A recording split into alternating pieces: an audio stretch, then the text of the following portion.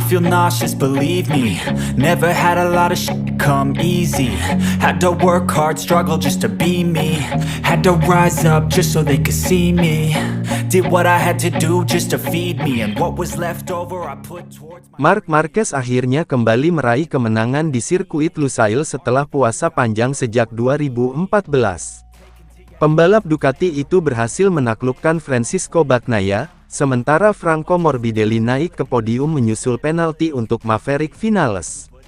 Setelah kegagalannya di Circuit of the Americas, Marquez menebusnya dengan manis di seri keempat MotoGP 2025 Grand Prix Qatar. Ini menjadi kemenangan pertamanya di Lusail dalam lebih dari satu dekade. Maverick Vinales sempat finish di posisi kedua, namun penalti 16 detik akibat tekanan ban yang tidak sesuai aturan membuatnya turun ke posisi 14. Alhasil, Bagnaia naik ke posisi 2 dan Morbidelli mengisi tempat ketiga. Marquez memulai balapan dari pole position dengan start yang agresif. Namun, kontak dengan Alex Marquez di tikungan pertama membuat salah satu sayap belakang motornya rusak. Hal ini dimanfaatkan Morbidelli untuk mengambil alih posisi terdepan.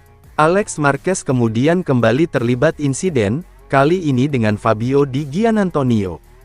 Akibatnya, Alex dijatuhi hukuman long lap penalti dan Di Gia terlempar dari posisi 20 besar. Di tengah kekacauan, Bagnaia perlahan merangkak ke depan dan menyalip Marquez untuk merebut posisi kedua pada lap kelima. Balapan semakin panas saat Vinales mulai tancap gas dan mengejar. Ia berhasil melewati Marquez dan kemudian menyalip Morbidelli di lap ke-11 untuk memimpin balapan. Namun, keunggulan itu tidak bertahan lama. Marquez, yang menjaga ritme dan kondisi bannya, mulai menekan kembali. Ketika Vinales mengalami penurunan grip di 7 lap terakhir, Marquez menyerang dan menyalip di tikungan 6. Setelah memimpin, Marquez tampil dominan hingga akhir balapan. Ia mencatat 2 lap tercepat di 4 putaran terakhir dan mengunci kemenangan. Vinales yang sempat jadi ancaman harus rela disalip karena penalti, membuat Bagnaia dan Morbidelli melengkapi podium. Johan Zarco dari tim Castrol Honda LCR menunjukkan performa luar biasa dengan finish keempat, sementara rookie Fermin Aldeguer dari BK8 Gresini Racing berhasil finish kelima dan mengungguli rekan setimnya, Alex Marquez. Fabio Quartararo mengantar Yamaha finish ke-7, diikuti oleh Pedro Acosta dan Marco Bezzecchi. Vinales yang terkena penalti turun ke posisi ke-14, membuat Luca Marini naik ke posisi 10. Di sisi lain, kembalinya Jorge Martin berakhir pahit. Juara dunia bertahan itu mengalami kecelakaan di tikungan 12 pada lap 14. Setelah dievakuasi ke medical center, Martin kemudian dibawa ke rumah sakit untuk pemeriksaan lanjutan termasuk CT scan karena trauma dada dan dugaan pneumotoraks. Jorge Martin mengalami cedera di bagian dada, namun tetap sadar dan tidak mengalami masalah lain pada tubuhnya. Ditemukan memar di tulang rusuk kanan dan indikasi pneumotoraks, sehingga perlu pemeriksaan CT scan lebih lanjut di rumah sakit, jelas laporan medis.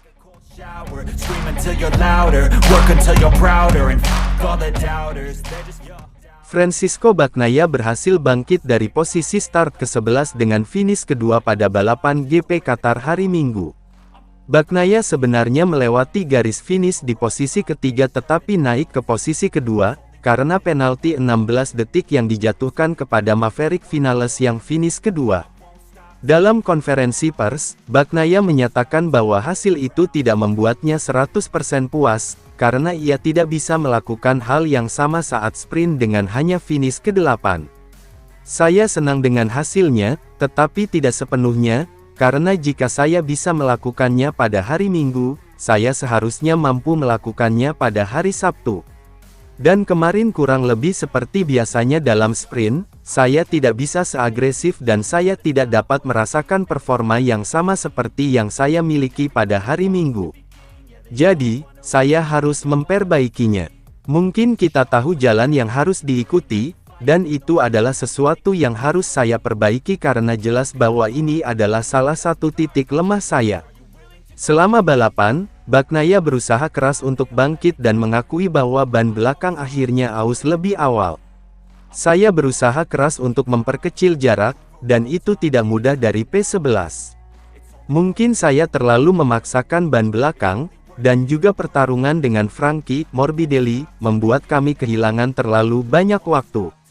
Dan ketika saya di sana, mencoba untuk bangkit, ban belakang saya habis. Saya mencoba untuk menyelesaikan balapan dengan cara sebaik mungkin, tetapi itu tidak cukup untuk memperkecil jarak dan mencoba memenangkan balapan.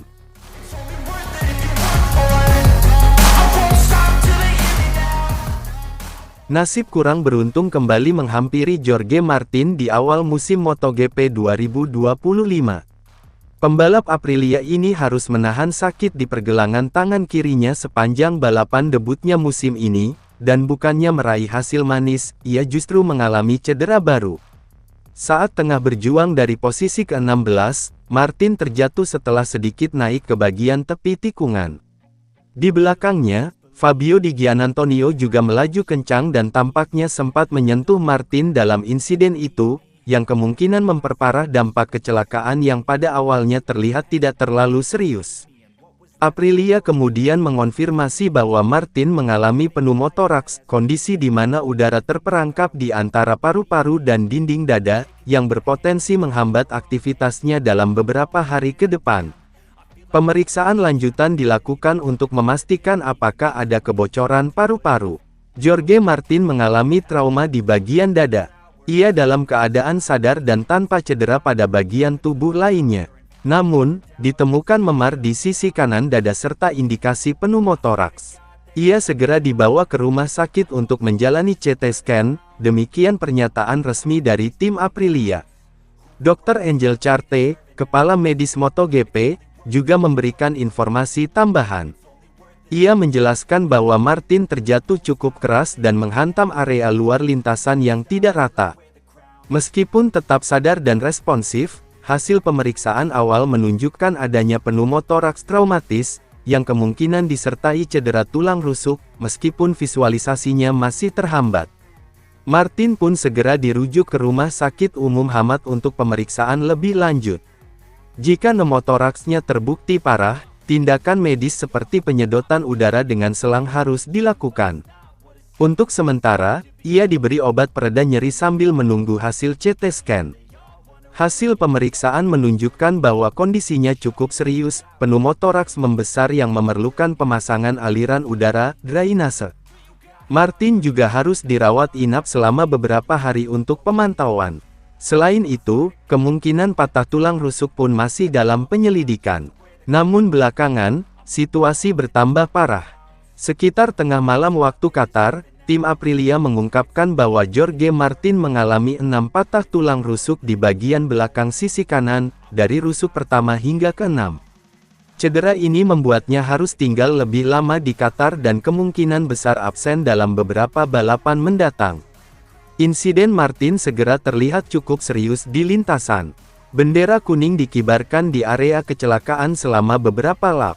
Ia kemudian dievakuasi ke pusat medis, dan tak lama kemudian, kedua orang tuanya serta pihak Aprilia tiba untuk mendampinginya.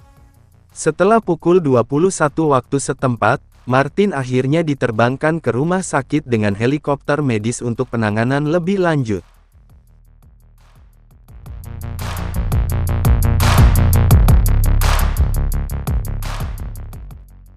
Maverick Vinales dan tim Tech 3 KTM dibuat kecewa usai diganjar penalti 16 detik. Vinales yang finish di posisi kedua itu harus rela turun 12 posisi. Maverick Vinales bikin kejutan di MotoGP Qatar 2025. Dia beberapa kali mendominasi baris depan dan bertarung dengan Marc Marquez, Franco Morbidelli, serta Francisco Bagnaia. Hingga bendera finish dikibarkan, Vinales pun berhasil menuntaskan balapan di posisi kedua, tepat di belakang Marquez dan di depan Bagnaia. Kami percaya terhadap proses, kami juga percaya dengan proyek ini, kami juga percaya dengan KTM dan kami melakukan pekerjaan yang baik meski memulai tahun ini dengan sulit. Perlahan tapi pasti kita akan ke sana. Saya tahu potensi saya sangat baik dan hanya perlu santai serta sabar juga memberikan yang terbaik yang saya bisa, demikian kata Vinales dilansir X MotoGP. Tak lama berselang, MotoGP mengumumkan bahwa Vinales mendapatkan penalti 16 detik. Vinales yang harusnya finish di posisi kedua itu mau tidak mau turun ke posisi 14. Penalti itu dikenakan gegara tekanan ban motor Vinales yang terlalu rendah. Dengan begitu, Francisco Bagnaia pun naik ke peringkat kedua sementara Morbidelli bertengger di posisi ketiga. P2 di lintasan tapi di atas kertas P14.